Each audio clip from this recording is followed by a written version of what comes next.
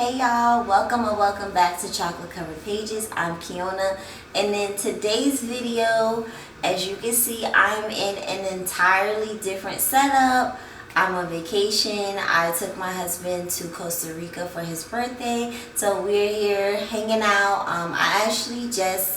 We just got here last night, so of course I have to record in this very cute Airbnb that I'm staying in. We just stayed here for the night because we got in really late last night, and then we are heading to another area of Costa Rica. Right now we're in San Jose, and we are about to head out in a little while and go to Jaco Beach. So in this video, I want to talk about all the Black classics I want to read this year. So let's get into it.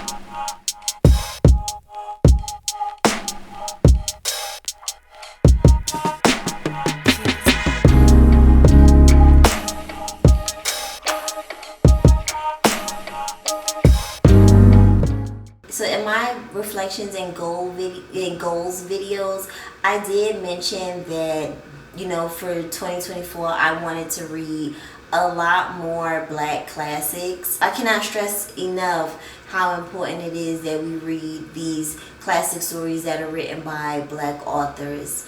And I don't mean just, you know, Toni Morrison. I actually don't have a Toni Morrison on this list because I don't need to write that down. I know that I need to read more Toni Morrison because every time I read her, I'm definitely down for the count for a little while. Like, I have a hard time picking anything else up for a little while. But some of these authors, a lot of these authors, I have not read before. And I want to definitely change that. So I have written a list of all the ones that I was interested in. You know, some of you guys had hit me up and said that you wanted to know what the list was. I even started one of them. So listen, I'm set up for success. And what I did was I made the list, and then I went and I saw, like, kind of like did a little bit of research to see like where can I actually get these books, because most of these I don't even own. So yeah, let's get into this. So I'm gonna be checking my phone because that's where the list is, and I wish I could tell you about a lot of these books, but I really cannot because obviously I have not read them. But these are books that just seem interesting to me, like I've just heard about, and you know, I don't like it when people talking about books and I haven't read it and I don't know what it's about. So I definitely want to change that this year. And honestly, this list is like, me making this video with this list is really more for myself. Obviously I'm happy to share with you guys so that y'all know like what list I'm gonna be picking from throughout the year. But this is a placeholder for me that holds me accountable, so at the end of the year I could say, okay, I read this, or you know, I was just sucking. You know, one of the other is gonna happen, right? So the first on the list I want to read is Jessie Redmond Fawcett. Now, I don't have a strong preference on which one of her books I would like to read. She's written a few, and the ones that are top of my list is Plum Bun and There Is Confusion. Now, I do have There Is Confusion, so I think that I'm gonna lean more towards that one, but I do have Plum Bun on audio.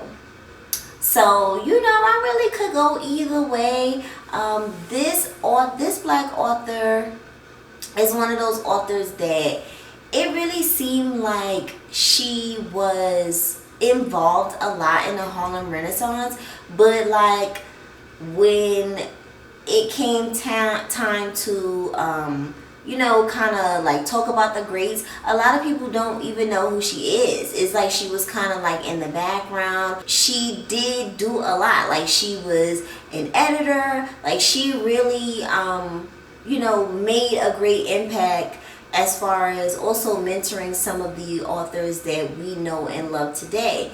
So I would love to read her work. Another one I want to read is Clotel, or The President's Daughter by William Wells Brown. And this book is about the secret daughters of Thomas Jefferson that he had with one of his slaves. Now, this is a fictionalized account, but listen, I will take it. I will absolutely take it. Y'all know I'm a historical fiction girl, and historical fiction based on facts is something that I absolutely love. Another book I want to read is Invisible Man by Ralph Ellison, and this book pretty much needs no introduction. I do own this book at home. I have not touched it. It is a very popular book, so I definitely would like to get to this one this year. At least, give it a try, see how I feel about it. Another one is Pimp by Iceberg Slim. This book was really popular back in the 90s, and it is literally kind of like, I guess we would call it a memoir now, or autobiography. It's really about this pimp named Iceberg Slim, and he wrote this book. And spoiler alert, I did kind of sort of start it. I found the audiobook. Carrie Height is the audiobook narrator, who I absolutely love, and it's already very interesting. I'm going to tell you that. I was only supposed to listen to just a little bit so that I could get like a feel for the book, but yeah, it's interesting. And you probably won't find this book on a lot of people's classics I want to read, but listen, I'm always here for the urban life, okay? And to me, Pimp by Iceberg Slim is absolutely a classic. Another urban fiction classic that I would love to read is Black Girl Lost by Donald Goins. Now, I do want to say that my Goodreads says that I read this, but I don't know. I feel like it's a fluke because I do not remember this. I don't remember reading this book at all. I really don't.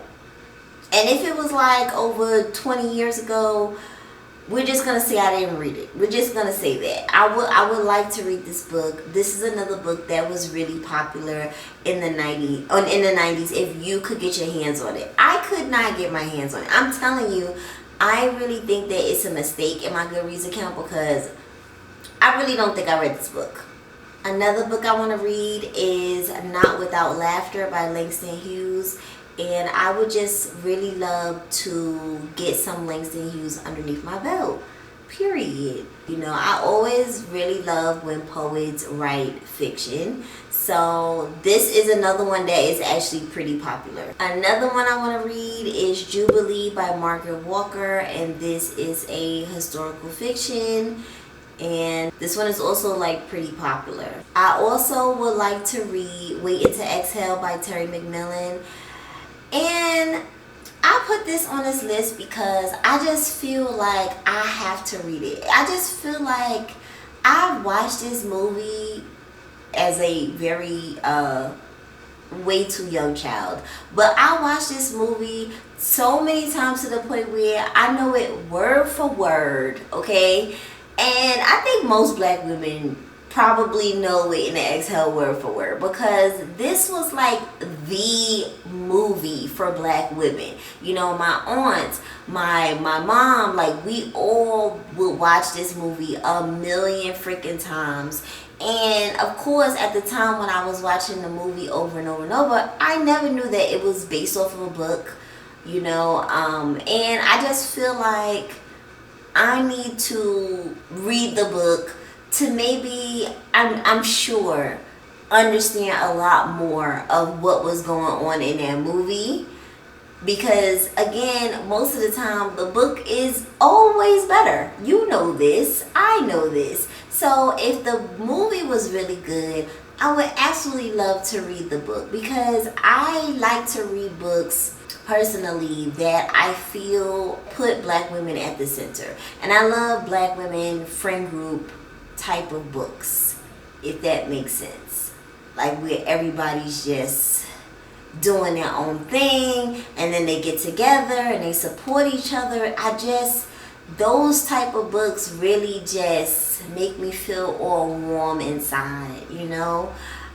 So I definitely would love to read that one. Now I will say that I have read other Terry McMillan books.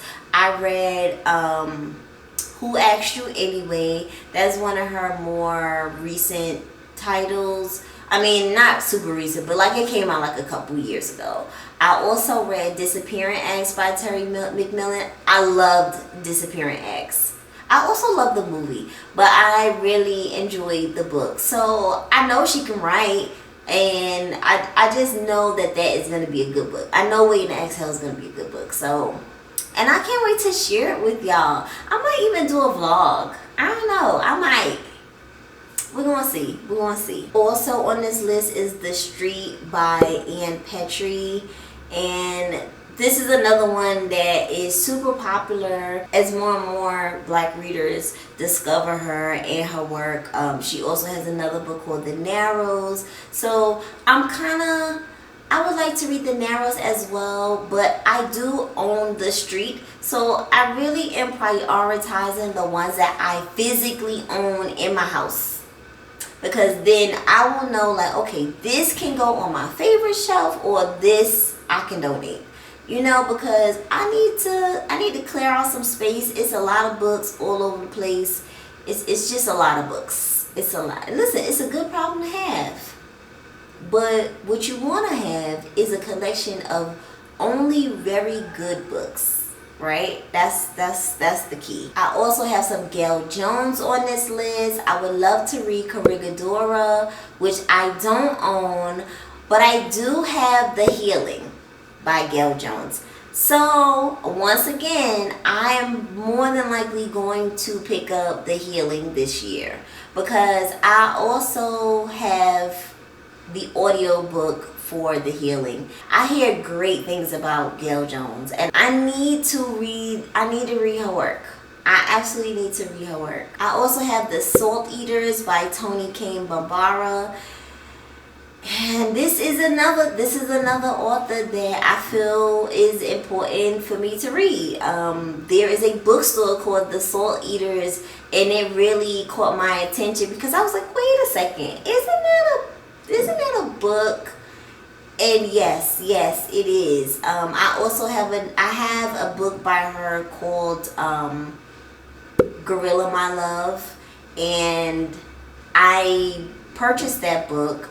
But I didn't realize that it was a collection of stories. And I don't know if you've realized this, but I'm not typically a big fan of collections of stories or like anthologies, because to me, they typically don't work out, because I have to, in my brain, rate each story one by one, because they're all different, right? Now, what I will make an exception for is stories that are interconnected. That I love. Like The Women of Brewster Place by Gloria Naylor. Those are a bunch of different stories technically, but they are all interconnected by all of these women that are living in this dilapidated building. So it's not disjointed. I'm not a big fan of stories that are just super random. You know, I absolutely hate the ones where it's different authors. But the ones where it's the same authors, I might give it a chance. But a lot of times, honestly, I end up giving it like a 3-star, because one book could be really, really good, and then the next book is like, meh. You know what I mean? So it's like, I've never read a collection of stories where I was like, all of these stories were fire. All of these stories were fire, you know? Probably the closest I've ever gotten to it was The Secret Lives of Church Ladies by Deisha Filial. Now that I did give it a chance, and I am very happy that I did, because I really enjoyed that collection. I really did. And they are not connected, but they're all written by Deisha. And to me, they're all either 3 stars or better. Like, there's no story in that book that was like just not good. You know what I mean? So I am going to give Gorilla My Love a chance. But first, I would like to read The Salt Eaters, which I don't own, of course, because why would I go for something that I already have, And I bet you I'm going to end up reading Plum Bun, which I don't have, but I'm going to just leave There's Confusion just sitting off on the shelf collecting dust. The Known World by Edward P. Jones, which I do have, and I'm calling it, it's not very old. I'm putting this in a classic category very loosely. This was published in like the early 2000s. And I just feel like I could get away with it because it's 2024.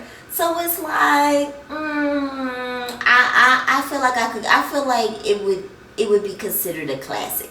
So I definitely do want to read that one. Moses Man on a Mountain by Zora Neale Hurston. And this is because I just want to read more Zora Neale Hurston. Period. Just, period. The only one of hers I've read is Their Eyes Were Watching God. That is the only Zora Neale Hurston that I've read. And I just want to read more of her work. I want to get deeper because I also want to read her biographies, that people have written about her. Wrapped Up in, what is it called? Wrapped in Rainbows? I can't remember who writes that, but I have that book and I would love to read it. But I just want to read some more of her work, before getting into her life story, which I know is very interesting. What a lot of people talk about is how she pretty much died, poor. And I'm just interested in her life story, and it's a shame, honestly. It's absolutely a shame. So I feel like the best way to honor her would be to just continue reading her work, and that is what I'm gonna do. Oh, another Toni Cade Bambara that I didn't mention is These Bones Are Not My Child. And that is because the synopsis for this one seems really interesting. Like, I believe that Toni Cade Bambara writes more of like not just regular literary fiction, that she kind of adds in a little like speculative fiction, which I personally am very into. Give me all the strange, especially black people with the strange and things happening. And I also want to read, just to say that I've read it, Roots by Alex Haley. I never saw is it a movie or is it a TV show? One or the other. I never seen it. I just know it's very, very long because the damn book is hella long, and I do have the book at home, and it's like this thick. See that? It's like this thick. But it is a family saga, and I love family sagas. That is one of my favorite type of books to read, is a very long family saga. Tell me about your aunt, tell me about your grandparents. I wanted to be all up and through the family tree. I love family sagas. So I feel like I have to read it, even though I heard a rumor that like he stole the story, but I don't know if that's true. But I still want to read the story. I want to read it. I'm very interested. And it's on my shelf, so I feel like I should read it. Okay, so I don't even know how many that was at this point. But all I have to say is, one more. The Spook Who Sat by the Door by Sam Greenlee. In this, I am currently reading. And I'm loving it.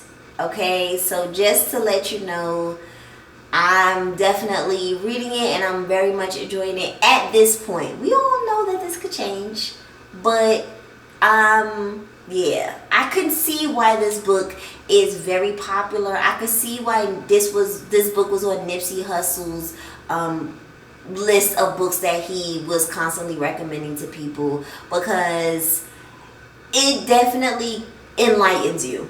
I will say that. I'm listening to the audiobook, and the audiobook is narrated by Dion Graham, who is one of my favorite black audiobook narrators. So I'm enjoying it. I'm definitely enjoying it. So that is my full list And I hope that I'm able to really chop this list down. Let me know if you read any of these on this list, or if any of these titles jumped out at you and you want to read some of them yourself. I hope you have enjoyed it. Give me a like if you did, and subscribe if you haven't. And I will catch you in the next one. Bye.